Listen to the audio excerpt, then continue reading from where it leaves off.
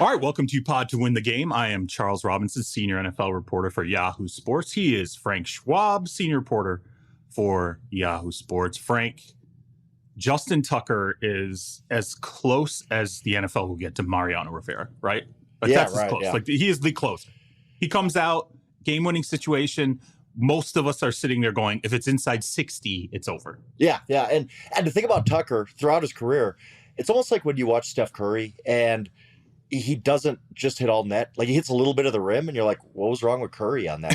Every kick from Tucker is right down the middle. It's crazy how good he is. And I even said this on Twitter when he hit the 58-yarder earlier in the game. And I really, truly believe this. He might be the best at his position of any player in NFL history. Like, is he a better kicker than Jerry Rice was a receiver, or LT was a pass rusher, or Brady is a quarterback? I mean, Tucker is so good at what he does. And I mean, the value is different, obviously, between pass rusher, quarterback, all that. But Tucker's just about the perfect kicker. And he's a Hall of Famer. He's going to make it. Yeah. And in this game, like, once the Ravens got, the 18-yard run by Lamar, which puts him at about, I think it was at that point about 55 yards for Tucker. Even at that point, you're like, okay, game over. Tucker's not missing this. It's done.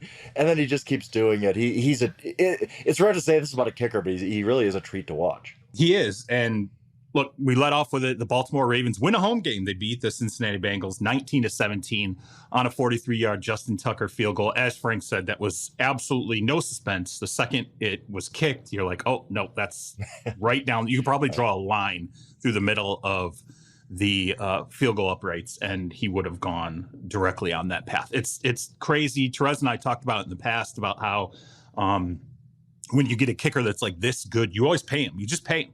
Like, whatever it costs. Oh, it changes your game calling. It changes everything. Like, that whole last drive, they're not worried about it. They're just like, get us close. Tucker will handle it. Yep. And I give, by the way, we're talking a lot about Justin Tucker. I also give a lot of credit to Lamar Jackson. He was not perfect in this game. He missed some big time throws. Yeah. But when the Ravens absolutely needed this, and trust look, if the Ravens lose this game, they're answering a lot of questions today about a third double-digit blown lead. They got the win, though, and this is huge in the AFC North. They got what they needed. But part of that drive was, okay, we know that we don't need to be perfect this drive. We just need to get it close enough. Yeah, and it was interesting because I went into this, and you're watching Lamar, and obviously Rashad Bateman was out of this game, so Devin Duvernay became effectively their number one receiver, not named Mark Andrews, right? Mm-hmm. And I thought maybe I can convince myself that this is more of a passing offense than it is a running offense. I think if he hits a couple of those passes, they win running away. He missed Duvernay like twice on touchdowns, straight up, and he knew it. And I think you could probably go back. I think there were maybe 3 or 4 ones where he just straight up floated it, missed it, threw a pick on one. And he knew, hey, that was me. And I think you could see, it was interesting, especially when you got into the fourth quarter, really anytime they would get into these fourth down situations, you can always tell when Lamar's frustrated because he he's looking at Harbaugh going, no, he's refusing. And you get down to one, Harbaugh is like, oh, I don't want to, but what I can't drop my go for it. And then Lamar just airmails the pass. I was like, oh. That's amazing. Where do you stand on, by the way, I think the one, not the Bengals lose, there's some heat on them. Where do you stand on the whole not taking the points? It was it was funny. They tried the Philly special, which was a disaster. Boyd gets sacked for a 12-yard loss. They get the 12 yards right back, and in the back of my head, I'm like, it's almost a curse. That now that Zach Taylor feels like he's got to go for it instead of tying the game. I think what's remarkable about this is I would go back to last season, maybe the season before.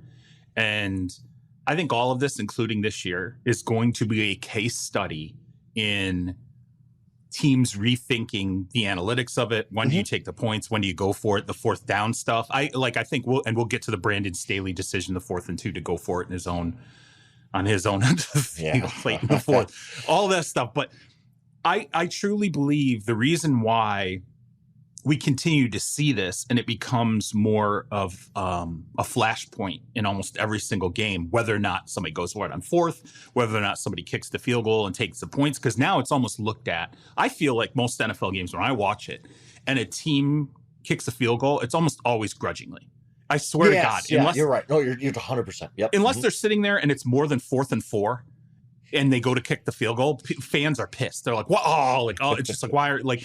Instantaneously 3 has become just this dirty thing you do in the NFL. Defeat. When you kick lost. for 3, you got 3 points. Yeah, why would you? Oh, terrible. What'd you do? Now I can see it when you're Mike Tomlin and you're getting housed, you're getting the brake speed off you today, and you kick the 3, and you're like, God, this is embarrassing. At least they're not 0. But when it's a close game, when it's still when the outcome is still in doubt, you're in the 4th quarter and you're seesawing back and forth or whatever.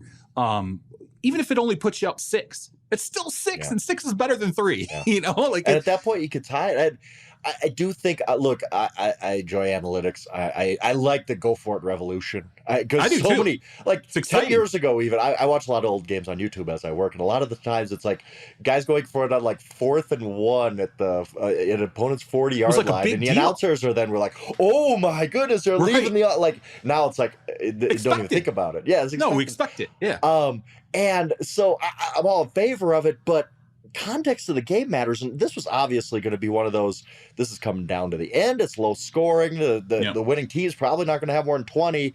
Take the 3, man. It's okay to take points. I just think that there's some. It doesn't have to be science all the time. It could be art sometimes too. Like this doesn't need to be. Oh, the computer says it's 4% better to kick it right or to go for it right here. Well, sometimes in the context of the game, Zach Taylor can take a step back and say, you know what, these 3 points are really, really valuable right now, and we're going to take them. Yeah. And look, it's like I said, I think this is all a work in progress to whatever the next, turn is and what everybody follows. Because at some point, someone's going to sit down and study this. Someone's going to win the Super Bowl, and there's going to be some nerd, which rightfully the nerds own the world. Some nerd's going to sit down. They're going to go, let me show you all the field goals that were taken or all the 4th and 2 punts that helped lead to this Super Bowl happening. It's going to happen. Now, it might not happen this year, might not happen next year, but at some point it will happen because people are dominated by numbers and film and situational football. And eventually it's going to break the way of the curmudgeons who don't like the go for it revolution, that don't like the leave the points on the board revolution. Eventually they'll have their day. I don't know if it'll last, but I bet you ultimately it'll come down to that someday. All right, I do want to get into football a little bit more before we move on from this game. And interestingly enough, we had a fan who messaged me on Twitter. Frank, you also got involved in this a little bit, and it's wild, and it reminds me again of how crazy the podcast really is, because this was someone who actually was hitting us up from Poland, and I'm going to try and get the name of the city correct. I actually looked this up and tried to figure out. All right, here we go. Here we go. It's Katowice, Poland. Nicely done, I hope. From our guy, okay, Polish Dave. He said, just call me Polish Dave. So I thought you asked kind of an interesting question. Everybody was wondering it coming into this game against the Bengals. He said the Ravens trailed for only 14 seconds in total. They lost both games. Is the defense salvageable because those are growing pains due to a new defensive coordinator, or is there some kind of fundamental problem with the Ravens defense, like the worst pass defense last year? I thought it was an interesting question because I knew that was something that was going to play out in some respect with the Ravens. So I kind of went back and I looked a little bit. And the funny thing about the Ravens defense, and what I think is actually probably a good sign for them, it's not like one huge fundamental thing. It was like a lot of small things all aggregating into why they couldn't seem to keep leads. Okay. I'll give you a couple examples. If you go back and you look at all their games, especially in the secondary, they've been prone to guys making mistakes at the wrong time. Marcus Peters will make mistakes. He'll blow a coverage. He'll bite on something, which is right. That's his history. We all know it. Plays. Yeah. We know it's Marcus Peters, right? But Kyle Hamilton, you go back, you can see he's a rookie. You can see he's now obviously much ballyhooed player, great draft prospect, great, all these different things. But he's made some fundamental mistakes in games that have cost them either losses or momentum changes. And I think when you look at that secondary, and I truly believe it's really two things defensively that have plagued them. It's that you have young members on the secondary, and then you lose Kyle Fuller when the season starts. Yeah. You had this sort of veteran presence, who I think with Peters was supposed to help sort of guide some of these young guys. You lose Kyle Fuller in week 1, sort of changes everything. The intensity on all the young guys gets bumped up. They start making mistakes. There's still chemistry that's being worked out. And I think what's not being helped is They just don't have an intense pass rush up front. Right. And I think that was one of those things when you watch the Bengals in any other game, honestly, with most of the time, the way the Bengals have played against solid teams, they've suffered, you see Burrow, 6 sacks, 7, like just getting the hell beat out of him. He gets sacked twice in this. It wasn't like he wasn't pressured. But I do think that's the pass rush up front has to get a little bit better. Okay. There has to be some more consistent pressure. And then I think on the back end, the chemistry has to continue to work out. And maybe some of those younger guys solidify. I actually thought today they played a good game against the Bengals. I felt better about the performance, particularly in the back end. Now, were there mistakes? Yeah. We saw Marcus Peters miss on a big tackle, right? You saw once again the rookie safety takes a bad PI. Bad PI. Bad PI at the goal line. And so you're still seeing some of those small mistakes, but I think if the talent's there, these are players that ultimately can work it out. I don't know that Marcus Peters is ever going to stop missing tackles or biting on things because that's just the way he plays. Right. It's part of what makes him good too. It's part of what makes him a top end corner when he's really rolling well. A little bit better, though, about how the defense played against Cincy. Now, granted, Cincy's not exactly giving everybody their A game this year. And then also looking at the fact that Lamar was down his number one wide receiver. When he had to have it, though, in the fourth quarter, he made all the plays that he had to make in the fourth quarter. And frankly, probably this is going to help Duvernay as they continue on. He's going to continue to develop into an option that Lamar can go to consistently. Yeah, first of all, really, really good win for the Ravens. I don't, you can't nitpick. Like, they got swept by the Bengals last year, and it's the reason they didn't make the playoffs. To get the win was really big. And I thought the defense played well. And I even thought, I thought the defense played well last week, too. Josh Allen had to scrape and scrap for everything he got. Now, he brought him all the way back from 20-3, but a lot of that was just the Ravens offense couldn't step on the Bills' throat. So I don't put that on the defense necessarily. And I thought the defense played well today. You look back at some of the breakdowns they've had. I think a lot of it was injuries. I think a lot of it shows that they really can't lose guys. Now they lost Marcus Williams tonight, wrist injury. We'll see how bad that is. They're one of these defenses that can't afford to lose anybody on the back end because they got to be really, really good on the back end to kind of mask like what you brought up, that the pass rush isn't great. You got to have one or the other, basically. I mean, they're supposed to work in tandem. It's great if you have both, but you got to have one or the other. And if your pass rush isn't awesome, and that's one reason they went and got Jason Pierre-Paul, who I thought it was a perfectly reasonable, signing for them to make. They know their pass rush isn't where it needs to be right now. And if you don't have that pass rush, you need to be really good in the back end, not make any mistakes. A good quarterback like Josh Allen, Joe Burrow can exploit. And when you got guys shuttling in and out because of injuries, you can't get that chemistry, like you said. So I truly think the Ravens defense is going to be good enough. They're not going to be great. This is not one of those vintage Ravens defenses. I agree. But could it be 12th best in football? Yeah, it could. And when you got an MVP quarterback, or MVP level, I guess. I mean, Josh Allen is going to have a say in that. But when you have an MVP level quarterback running that offense, I think the defense will be good enough for the Ravens to at least win the division. I agree. There you go, Polish Dave. We answered it for you.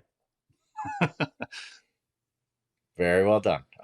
Let's move on to the next game now. We'll go to Dallas and the Rams. This was interesting. Hey, I'm going to say I called my shot. Pick Dallas to win this one straight up. Did we not? Wait, no, but did we not say the points? What did we talk about the points, right? I mean, how did we play this when we looked at the points? It didn't make sense. It didn't make sense. It didn't make sense. It was, it was 5.5 going in. And I was like, wrong team's favored here. And they proved it. The Dallas Cowboys, they look like the better team, 22-10. Do you look at this as bad Rams or good Cowboys? Because I think it's almost to the point where we got to say this is bad Rams. They're broken right now. This is not a good football team. I think we talked about the offensive line last week. I think that it's fundamentally broken. Like, I don't know that this offensive line is fixable. And today was the game where go back and watch it. Matthew Stafford took more hard hits in this game. There was one where they're showing a replay. You could tell he's just in pain. He was in pain, like straight. Yeah. Like he looks like he's taking punishment that is affecting him snap to snap now. And that is absolutely not what you can have with Matt Stafford. Okay. Despite the level that he played back last year, if you go back during his Lions career, when he was taking punishments, he would sustain injuries. He would not be the same guy.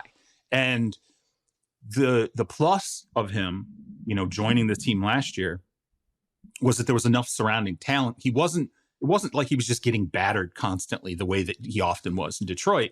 Now he's starting to get battered maybe as badly as he did in Detroit, particularly in this game.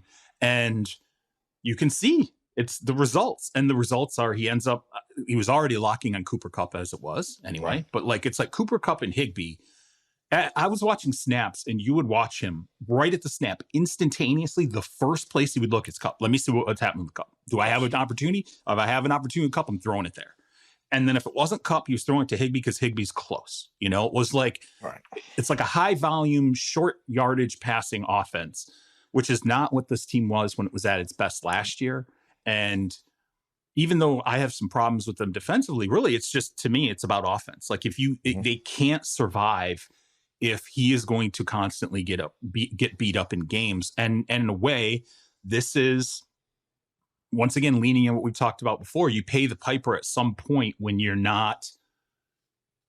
Andrew Whitworth is done and you don't have your anchor anymore, and you've also suffered other losses along the line. You have to hope everybody stays healthy, everybody grows up fast. And if it doesn't, this is what culminates. And I just don't know how they get out of this now. Right. And I mean, I hate to, it sounds so much like I told you so, but when you trade all your draft picks, something's got to suffer. And it's the offensive line. It really is. Like they can't protect right now. They cannot run the ball at all. Like every handoff to Cam Akers is a wasted play. I hate to say it. I love the Cam Akers story, but they're handing him off the ball every time on 1st and 10, and it's like 2nd and 12. What could you do, Matt Stafford? And there's nothing going downfield. When they completed a deep pass to Tutu Atwell today, it was like, whoa, the Rams actually completed a deep ball. Whereas last year that was happening every series. Like that's who the Rams were last year. They really miss Van Jefferson of all people, I think. And they miss Allen Robinson, who still has not shown up for the season and might not. I mean, he's just been a ghost, and that's killing them because Tyler Higbee is a perfectly reasonable tight end. Tyler Higbee should not be the number 2 option in anybody's offense. And he, like you said, it's not that Tyler Higbee's this unbelievable Mark Andrews type of tight end. He's just okay. He's just the closest one. Stafford's like, I got to get rid of the ball because the pass rush is on my lap. There's Tyler Higbee. Okay, there you go. We'll take 3 yards right now, and it'll be 3rd and 9 because we gave up 2 yards running backwards on 1st down. It is it's a really bad offense. Higbee's a little bit better than 3-yard tight end. Okay, well, he's a little better. He's a good, like Higbee's a good solid tight end. He'd be a great 3rd or 4th option like he was last year. And he's not your number 2. Right. No, and that's all they got. They need to. I think they need more Darrell Henderson in the offense instead of Cam Akers. I hate to say, again, I love the Cam Akers story. It's just not happening for him right now, and it didn't happen last year either. And they're forcing it, and it's not working. But I get why they are, because they got to take some pressure off Matthew Stafford, who's getting pounded behind that line. And part of this though is they played the 49ers defense, which is unbelievable, best defense in the league in my mind. And the Cowboys defense might be number 2. I mean, that defense is really good, man. I know Jory had the story of, I think it was Micah, who said, Doomsday's back. It might be. Like, this defense is carrying that team. For anybody, seriously, anybody out there who's like, Cooper Rush is 4-0. Cooper Rush is not 4-0. No. The Dallas Cowboys are 4-0. And that defense is carrying all the weight right now. It is really impressive what they're doing. Their front 4 is fun. Like it is a fun front 4 to watch. Like they don't need to, like they can dial up, and they have occasionally dialed up some stuff with the linebackers in terms of the blitz. Yeah. They don't really have to do that. I mean, the front 4 is just chaos. It's amazing. I mean, Charles, Micah Parsons is limping around like, oh man, Micah Parsons is going to miss like time. Like he's really, and then I'm like, wait, there's Micah Parsons getting a sack. What happened? Like what? And grabbing his groin constantly. Yeah, it was. He's like Superman right now. He is. I mean, yeah, and he's not the only one. Like you said, that whole line is really good. Next Sunday, I mean, we'll move on from this because honestly, we're going to end up talking about the Cowboys in Philly next week anyway. Like, I'm sure that'll probably be what we lead off with because that's going to be such a fun game suddenly to watch. The NFC East alone is just what a bizarre story. This is not bizarre. I mean, just for me personally, it's bizarre. I'm fine with bizarre because who would have thought the NFC East would have been the best division of football right now? And I think you could seriously say that right now. Yeah, certainly not expected, but yeah, I agree with you. Cooper Rush is not 4-0, and he's done his job and great. I tip my cap to Cooper Rush, but this whole like, should Cooper Rush start? No, stop, please stop. Like, no. They're like Dak Dak is the guy. Dak Prescott says he's day to day. Hell yeah, Dak Prescott says he's day to day because he's sitting there probably going, dude, what the fuck? Like, dude, I want to be out trying there. to get Wally pipped out here. Yeah. And I mean, like, he's also probably looking at that defense and saying, like, yes, I want to be part of this right now. And I just want to see the argument that ensues if the offense somehow changes or the game flow changes, because it is a very methodical offense. Right. They're running the ball really well. Very conservative. Yeah. Very conservative. Doing what they need to do. They're smart. It's been very smart. Not a lot of turnovers. Mike McCarthy over there. Yep. Right. Yeah. So that's not going to be this offense when Dak comes back. They're going to throw the ball downfield. There's going to be some turnovers. The pacing of it's going to be different. I don't know how it's going to affect the run game. It's just going to be kind of interesting to see how this changes and whether it changes the flow of the team moving forward and how Cowboys fans feel about that. But since we were talking about the NFC East, let's swing it to the surprise. The surprise is Sunday morning. What a weird ass game this was. Man. Wow. The New York Giants beat the Green Bay Packers 27-22. Basically, Saquon beat. I mean, Saquon, we've talked about it before. It looked amazing. Suffers a shoulder injury. Goes in the locker room, which was interesting. And then he goes back out and he's all super dude again, which is always fun when guys go in the locker room and then they suddenly come out like they haven't even played that day. How does that happen? We never really thought. We're just like, wow, he just looks amazing. He's how he came out. Someone was like, he shot out of a cannon out of the locker room. I'm like, yeah, I'm sure he was shot out of something coming out of the locker room and feeling no shoulder pain. Anyway, the way Saquon played, the way they were able to get him in space, I look, the Giants don't have a ton to work with. I will say this for Brian Daboll. He is figuring it out. Daniel Jones at times, I was watching him like, wow, he's actually kind of controlling things a little bit. He's playing perfectly. He's waiting. He's being patient. He's hitting guys in stride and open. He's finding the right players, all these different things. And then on top of that, like Green Bay's defense can't stop anybody running the football. They can't. Like I have no clue what the hell is going on with Green Bay trying to fix the run defense. It is a fundamental problem. It seems like we've been talking about this forever. It feels like we're going to continue talking about it. Yeah, I mean, obviously just a good win by the Giants. Am I sold that this Giants team is 4-1 level quality? They're going to go to the playoffs. I don't know if I'm there yet, but somebody said this on Twitter. I wish I could shout him out right now because it was a good observation. It's not just how good Brian Daboll's been this year, and he has been. He's been very good. It's how bad was Joe Judge last year? I mean, he couldn't get anything out of this team. Right. Brian Daboll comes in, and it's a new world. Like they do look very well coached. They know what they're trying to do. He doesn't have, like you said, he doesn't have a lot to work with. This was the Saquon show, and that's it. And Daniel Jones played well and all that, and defense made. I mean, they didn't allow any points in the second half. So I mean, give credit where it's due. But this is just a great coaching job right now by Brian Daboll, who, at this point, like. It's dumb to do the whole if we voted right now because we're 1/3 of the way, not even 1/3 of the way through the season. But Brian Daboll will get Coach of the Year votes. Like, why not? He's 4-1 right now with a team that has nothing except, again, a rejuvenated Saquon Barkley, which is awesome to see. This is the kind of loss though for the Packers. Like you said, this defense, everybody's talking about, this defense is gonna be great. It's gonna be great. Not really, not yet. I mean, it's been okay. But there's some flaws here. There's some flaws. And offensively, I hate to keep just banging the drum on.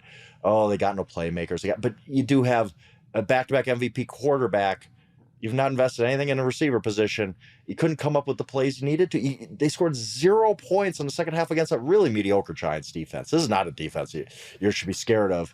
And if you have a Devontae Adams, you're probably not scoring 0 points in the second half of this game, and you probably win. So it's something you can't get away from talking about when they get shut out in the second half. Offensively, they got safety at the end, but whatever. Well, they're forced. Like it definitely feels like Randall Cobb has once again become the number one for Rodgers, which is a terrible sign. That's a terrible sign. You talk about Tyler Higbee shouldn't be a number 2. Randall Cobb sure as heck shouldn't be a number 1. No, and it does. It feels like that's the trusted guy. I know. That's who he looks at. That's who gets the target opportunities. Yeah. Even sometimes he's not getting the full targets, but he's getting the look.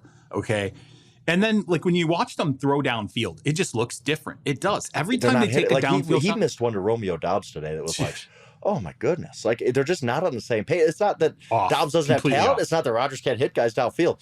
He was wildly off. In a way, you don't see Rodgers miss that often. He had this frustrated look on his face, bad body language, all that. But it's just not there right now. It's not clicking for this offense. And it's not clicking for the defense either. And they're kind of a mediocre 3-2. They've been okay, but, failed to put away the Patriots. Good win over the Buccaneers, but they failed to put away the Buccaneers when they had a chance to. It's just been kind of a slog for the Packers this year. So, we'll see where that goes. Let's swing it to the NFC North game that is now kind of interesting because the Minnesota Vikings are 4-1 and ahead of your Green Bay Packers. They beat the Chicago Bears 29-22 in a game that was just this summed up the Vikings this year, right? Like, they're in control of this game. It's like, this is over. Justin Jefferson has like 1,000,000 yards at halftime, and somehow the Vikings let the Bears of all teams stick around, get back in the game. It's just, what are you doing, Vikings? So where are you at on the Vikings? Because they're 4-1.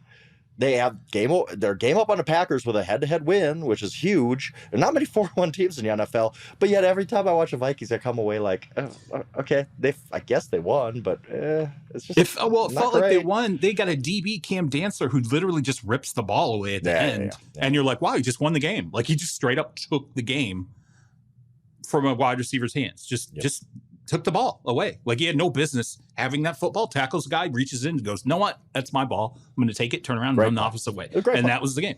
Mm-hmm.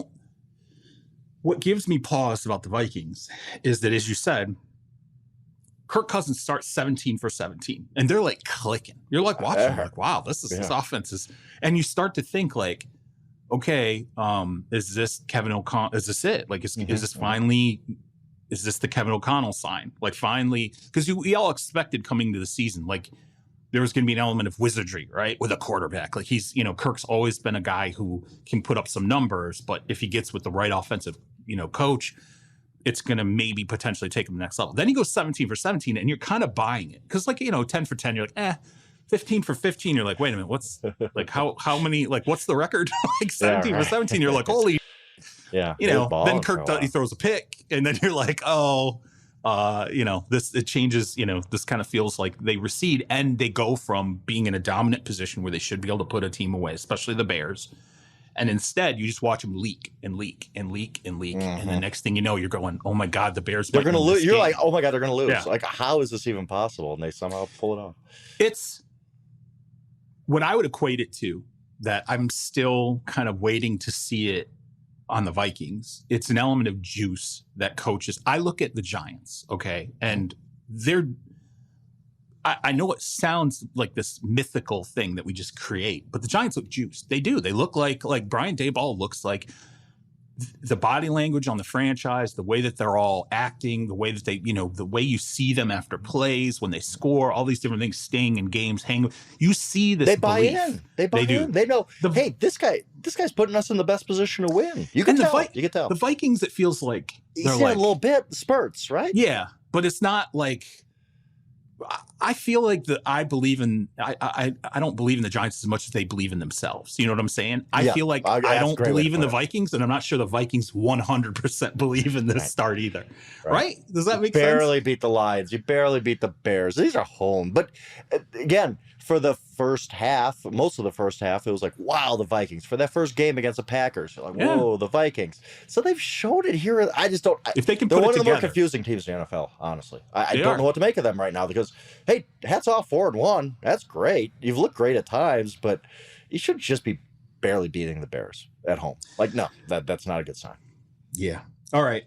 Swing it to Philadelphia. They beat the Arizona Cardinals at Arizona 20-17. Kyler Murray comes in the Kermit the Frog suit. That was like your greatest tweet of all time, man. I kept tweeting it. I was finding different ways to tweet Kermit the Frog. I was like, man, you got couldn't help ready it. to go. I was stunned when I saw it. I was just like, are we?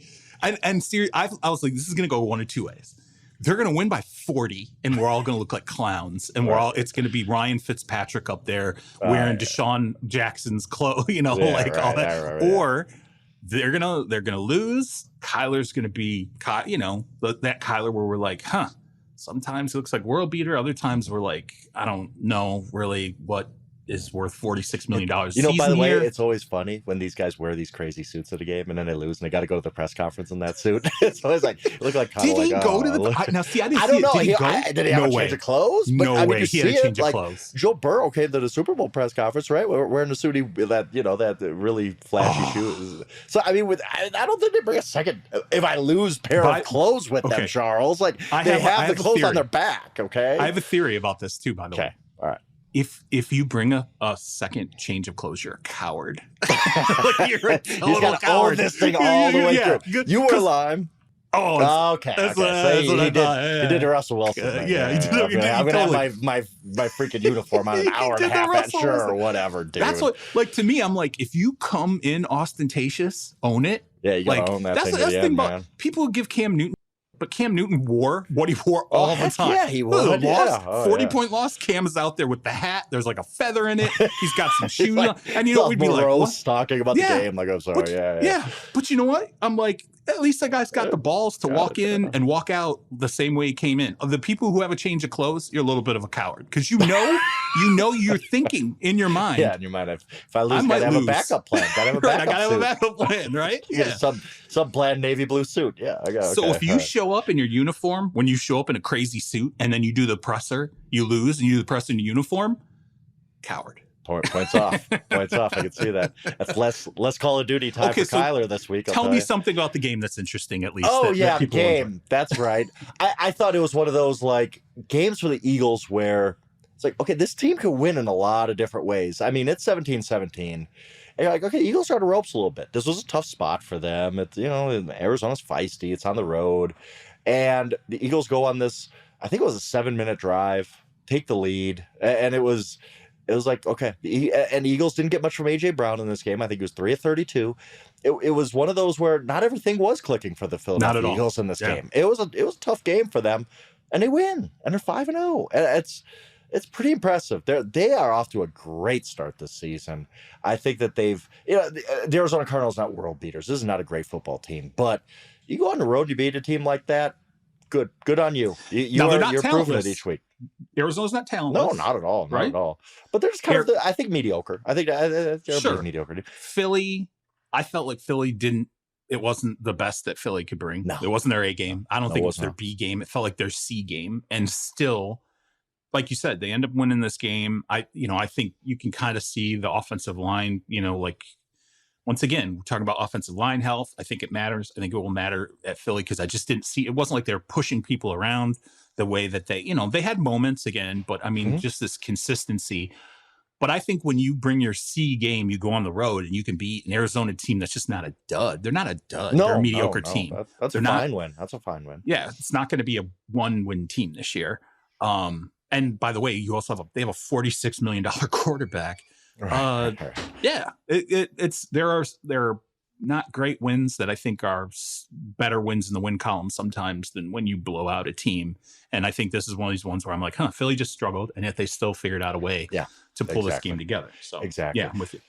So let's go to another team that I have no idea if they're any good or not. The New York Jets win 40-17. Obviously, this game was notable because Teddy Bridgewater goes into the concussion protocol. Yeah. Of all teams, right? Of all quarterbacks of all teams, I guess he stumbled a bit. The spotter saw him, and that was it. You're done, Teddy. He took a helmet to the elbow, too, and on that play. So Teddy's done. Skylar Thompson comes in, and I'll be honest, like, if you're just looking at the final score, you see 40-17 Jets win. You think, okay, blowout. This was 22-17, 10 minutes left in the game. The Dolphins had a shot in this game. I again, for the second straight week, they lose, but I come out of it saying, they played hard. They played well. It's just, what can you do when you're down to a rookie 7th-round pick, a quarterback who gets shoved into the game in the first quarter because Teddy Bridgewater gets hurt? But it stinks for the Dolphins, who started the season with so much promise, right? They're 3-0. They're feeling good. They were never the number one team in the NFL, no matter what some power rankings said, Charles. They were never number one, but they were good.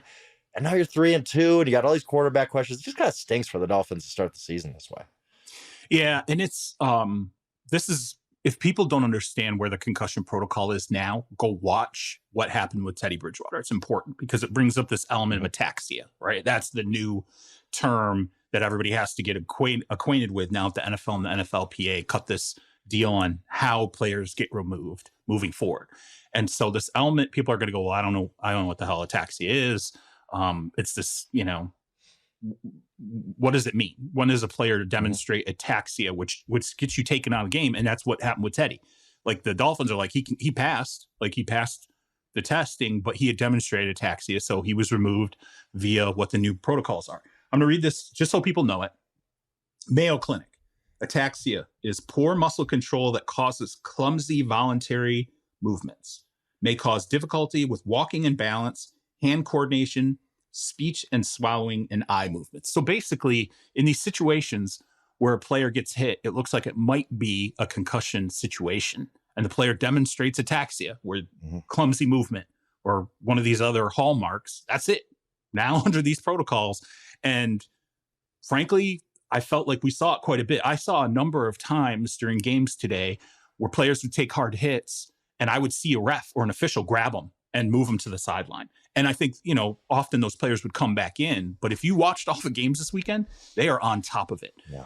You got to pay attention to Teddy, though, because this is when it affects games. A player might not necessarily be concussed, but if they are demonstrating this element of clumsy movement or something that is either making the spotter believe that there's an issue here or making an official or anyone else, they're going to be removed from games, and that becomes a no-go symptom. So yeah, and like I talked about last week, there's going to be times when it's like, do they go too far in this? Like, somebody stumbles, but he's not concussed. But now you're out of the game. Yeah, we're going to see. No arguing. Yeah, we will see. I don't know. We'll see. Real quick, where are you at? Go ahead. Well, I'll just say real quick on the Jets. Number one, Zach Wilson not turning the ball over. Okay. Like, to me, I'm like, what did I tell you? What I want to see last week, it was Zach Wilson put a little bit of a drive together. This week, it's he didn't turn the ball over. Okay, I'm looking for signs. The one thing I will say about Zach Wilson that's going to continue to be a problem all season long, he's got a big arm.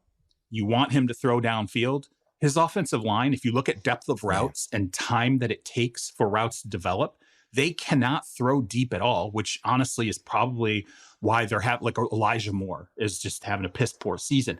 I think part of that is the fact that you look at any receiver that is expected to run routes of depth, they can't wait. Like, Zach Wilson can't wait to use his arm and gun it downfield because he just doesn't have time. They got to get him some protection to let deeper routes develop, and then you're going to start to see the big plays that they wanted out of this kid.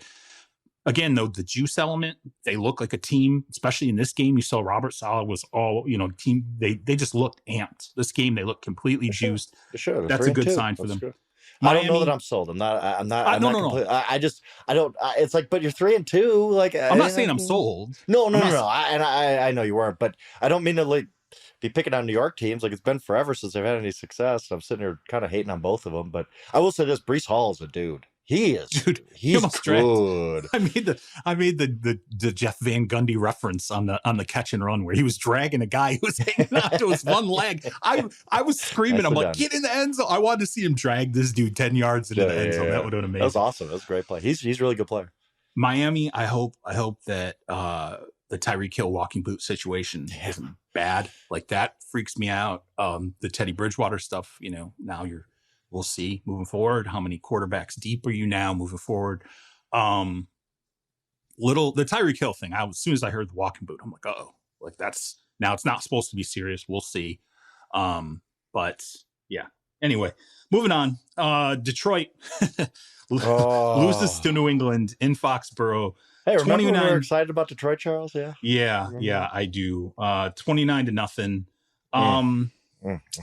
So there are a few things in this game that happened. Obviously, there were a number of things that happened in this game. Obviously, early on, Savion Smith was a DB for the Lions. Suffered what apparently was like a neck injury. Had to have an ambulance come out on the field for him. And then a family member came out of the stands. I'd never seen that. I'd never seen a family member come out of the stands during a game. It's serious. And it was his dad. I guess the Fox said it was his dad. I think that's Fox said it was his dad. Yeah, I was at that point. You're like, I'm like, I've never. Okay. So Dan Campbell announced after the game that he had movement in his extremities. And, so positive signs. We'll see how it ultimately shakes out. The Lions, though, they lose 29-0. I can't put this on that kind of an injury, that kind of a situation, although I will agree that sometimes that freaks out a team. And it really takes the emotion out of a game all of a sudden. But still, 29-0. As you said, you and I think we tried really hard to not get on the Dan Campbell bandwagon. Then we watched Hard Knocks and we're like, wow, geez, maybe, what if? And it's funny because it's like the Dan Campbell trap. Like, everybody falls into it eventually if you listen to him long enough. And players fall into it. I think fans fall into it. I think analysts fall into it. And now we are getting to this part. And I said prior to this, when I was holding out on Dan Campbell, there's going to come a part where you're like, where are the wins? Show me the wins. Yeah. And we are getting to the point with Detroit, and I get it. We're 5 games in. You're 1-4. Defense looks horrible. Defense straight up looks horrible. You've had 1 sack in 3 losses. You drafted Aiden Hutchinson. He had 3 sacks against Washington, looked like a world beater, 0 sacks since. They've got 1 sack in 3 games. Your defense looks terrible. At some point, there's got to be some wins behind this. And if there isn't, you're going to stop buying in on just all the stuff about how disappointed you are to lose and leaving it all out there and the grit and determination. At some point, it stops being what you talk about. Somebody's just losing every week, and you're losing. And it's not just, not that it matters how you lose all the time, but it's not just these 13-10. You're getting run up and down the field by Bailey Zappi. Like, what are you doing? Right. This is a third-string quarterback. A third-string rookie quarterback. And they even lost Damian Harris in this game, and they were doing whatever they wanted to. And for your offense, which has been really, really good and a positive, come on, scores 0. I know Bill Belichick's a great coach, right? 0, really, Detroit? Like, this was one of those where if you were still like, okay, well, yeah, the things aren't going great for Detroit, but they're at least scoring the ball and they're exciting, and maybe this thing could turn around. You get to 29-zip and you're like, this might become a disaster. Like Aaron Glenn might get fired, their defense coordinator might get fired pretty soon, or demoted or whatever. And Frank, it's 29, just Frank, 29-zip against a third-string rookie quarterback against a Patriots team that was 1-3 coming in. And and by the way, awful offensively. Awful. And Bailey Zappi looked comfortable. Like, when you're not getting any pressure on a quarterback, any quarterback can carve you up. Like, it doesn't really matter who you are. If you're getting 0 sacks on somebody, any guy on an NFL roster can come in and have a game like Bailey Zappi had today. He looked really good, but that happens when you have no worries about the pass rush whatsoever. This Lions defense is bad, easily worse than the NFL. And when the offense scores 0, then you're like, okay, that's out the window too. What do we got now? What do we got with Detroit? It's going to be hard. I think they have their bye coming up. It's going to be hard for them over that bye week to just not believe, like, okay, we're just the same old Lions. That's the losing culture. When guys talk about changing the culture of a losing organization, that's part of it, where just this mentality seeps in of like, okay, this is just another lost season for the Detroit Lions. Feels like last year.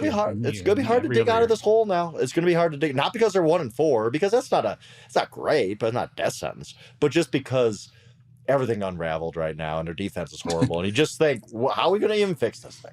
I will bring this up again. I think I brought this up a few times before, but when I used to cover the Lions, I remember it was like message boards. It wasn't like social media wasn't tweeting. Yeah. We used to go to message boards, right? So there would be like message boards on like newspaper websites or whatever.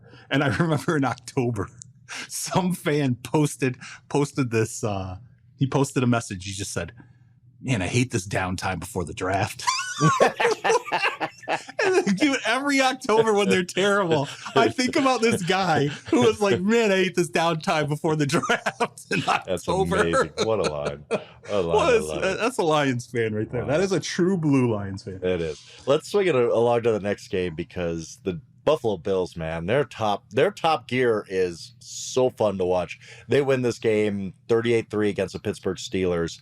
Josh Allen, 348 yards, 4 touchdowns. He could have thrown for like 600 at halftime, Charles. At halftime, the dude had 348. 600. Yeah, I was sitting there. I was like, does Sean McDermott have some grudge against Mike Tomlin where he's just going to run this thing up? Because I wanted to see Allen go for like 650, and he could have. He could have. I mean, this was greatest show on turf type of offense today. I mean, they were just they started off their first. I think it was their first drive. Gabriel Davis catches one for 98 to the house, and it was just off to the races after that.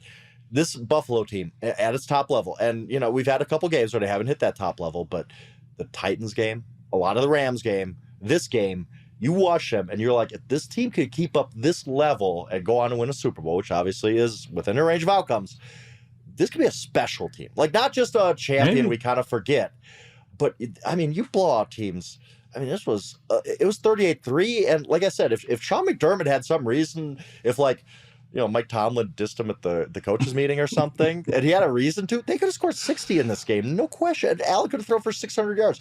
By the way, the whole Norm Van Brocklin record, for people who don't know, probably people do know by now, he's a single game all-time record holder, 554 yards. 1951. It blows my mind that this record has not been broken since 1951. And so every time somebody like Tony Romo had that big shootout against the Broncos a few years ago where he had over 500, he had a shot at it. Today, I was seriously sitting there saying, God, could Steelers score a little bit to keep this competitive? Because I want to see Allen go for this thing. He could have got it today, man. He could have. That was a special performance. They just didn't keep the gas on in the second half. They didn't need to. I think that Van Brocklin, as you said, it has to be a situation where it's either the Monday night gas fire between the Kansas City Chiefs and Rams of a couple years ago. Just got to keep throwing the ball. You got to have a reason to keep throwing the ball. Right, you have to have a reason to keep throwing the ball. And then, or as you said, it's got to be like a super grudge, like a super grudge situation. Like we're just running up the score. Like if Jack Pardee back at the University of Houston running up the score. If Brian Flores ever gets another head coaching job and faces Bill Belichick, then maybe you see a guy over 650 yards. But that said, Gabriel Davis, the 98-yard was amazing, but then he had the one-hander in the end zone that he basically puts in the belly of Minkah Fitzpatrick and then takes it back. It's like, no, it's mine. How many dudes have had a game where a 98-yard touchdown is not the highlight of their game? Because that touchdown was like, what did I just watch? He heard Von Miller talk about Odell Beckham was like, oh yeah, really? Give me that. You want to bring in that guy? Minkah's not a slouch. He's a good player. No, he's not. He's a hell of a player. Yeah, he just took it from him in the end zone. Bills are fun, man. The Bills are really, really fun. Here's the crazy thing. This was a depleted Buffalo defense, by the way. I mean, missing a bunch of guys, and they still and Pittsburgh. This was the first time, frankly, I looked at a Pittsburgh team, and it was when they missed just a depressing field goal late in the first half. I was like, Tomlin's not going to have a winning record. Like, there's no way. Like, you cannot win. I mean, honestly, like, are they going to win like 2 games this year? Like, I don't know that that's an error, but you look back, they're 1-4. You can't will this team to turnover margin. Like, you can't will this team to a positive record. You can't, like a winning record. No, there's no way. They would need to go. What's the math on here? 8-3 the rest of the way. Is that if my math is right? 8-4. Yeah, that ain't happening for this team. Look, I thought Kenny Pickett looked okay. Like he was in a ridiculously bad situation. There's no way. That's what they'd have to go. I know, but it's just insane. It's not happening. Yeah, not happening. I thought, but it's just, you get boat raced like this. And I think even Tomlin said, like, somebody asked about the effort of his team. And he's like, what are we even talking about here? Like, what? We just got smacked. What are we even discussing the effort of my team? Like, we need like another one of those. What do you think of your team's execution? I'm in favor of John it. McKay. Quotes. Yeah. They need the John McKay. One of the greatest quotes of all time. Yeah, but I do come away from this Bills team, like they have like some like early season 2007 Patriots vibe sometimes, where it's rare to see an NFL team call the score, where you're just like, all right, boys, how many do we want to win by today? And they can do it. Like they when they're at their top gear, and it hasn't happened every game, but it's happened a few times. Man, they're good. They're really, really. They got to do it against a really good team, though. At some next point. week, they've done it against Kansas City Chiefs next week. They play at the Chiefs, and that is going to be maybe the biggest game of the regular season, at least on the AFC side. If you could do it in that game, you could look like this. Even though they did it in the regular season at Kansas City last year, it was a big test for them. Make sure you check out the mothership at Yahoo Sports. And as always, help us keep Therese Paler's legacy alive. Check out breakingtea.com/Therese for the all juice tee or hoodie. Remember that proceeds from that purchase go to support the Therese Paler Scholarship at Howard University. You can also contribute directly to that scholarship and the one in his name at Power Mizzou. If you check out the podcast description, we'll tell you how to get your money there. Please, if you can, leave us a 5-star review. Tell a friend about us, especially a far-flung friend. It's great to hear from someone from Poland. I thought it was pretty cool. Awesome. I don't hear about that often. Also, a Ravens fan in Poland. Like, I don't know how that happens, but it's cool that it happens. It is. Please, though, share us with your friends. Continue to grow the family beyond the borders that we've already reached. We always appreciate it. We will be back with you on Wednesday. We'll talk to you then. Peace.